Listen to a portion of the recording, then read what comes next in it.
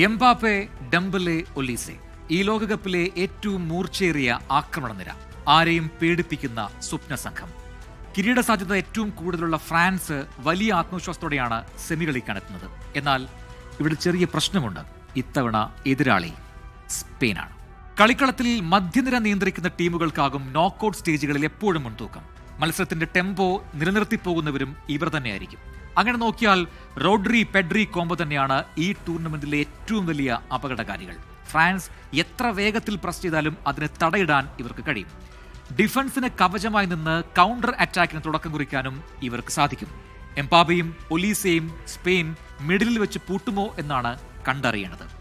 Wing ബാക്കുകളുടെ കരുത്തും എടുത്തു പറയേണ്ടതാണ്. ടൂർണമെന്റിലുടനീളം മികച്ച വർക്ക് റേറ്റ് പുറത്തെടുത്ത മാർക്ക് കുക്കുറയ കൗണ്ടർ പ്രസിന്റെ ആശാനാണെന്ന് ഓർക്കണം. അലക്സ് ബയനയുമായി ചേർന്നുള്ള ലിങ്ക് അപ്പ് പ്ലേ ഫ്രാൻസിന് വലിയ ഭീഷണി തന്നെ ഉണ്ടാക്കും.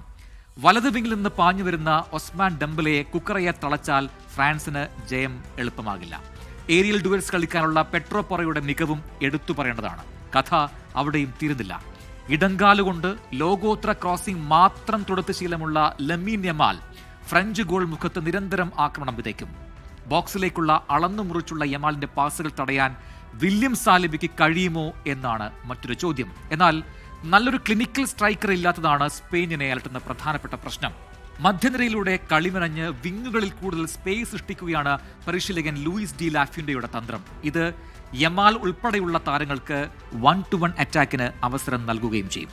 ഇനി മറുവശത്ത് ഫ്രാൻസ് തങ്ങളുടെ മുഴുവൻ ഊർജ്ജവും പുറത്തെടുക്കാൻ ഉറച്ചാണ് ഇത്തവണ വരുന്നത്. സൂപ്പർ താരം എംബാപ്പയുടെ അസാധ്യ വേഗത്തിൽ തന്നെയാണ് ഫ്രഞ്ച് പടയുടെ എല്ലാ പ്രതീക്ഷകളും.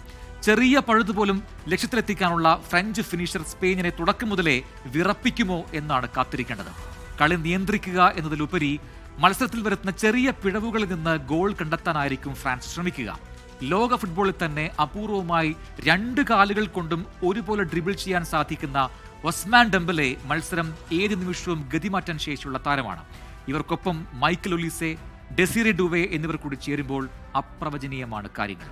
ചുരുക്കത്തിൽ പെർഫെക്റ്റ് പൊസഷൻ ഗെയിമും ക്ലിനിക്കൽ ഫിനിഷിംഗും നേർക്കുനേർ വരുന്ന ടാക്ടിക്കൽ യുദ്ധത്തിനാണ് ഡാളസ് സാക്ഷ്യം വഹിക്കാൻ പോകുന്നത്. വരാൻ പോകുന്നത് ഫുട്ബോൾ ലോകം ഇതുവരെ കാണാത്ത മരണക്കളിയാകുമെന്ന് ഉറപ്പാണ്.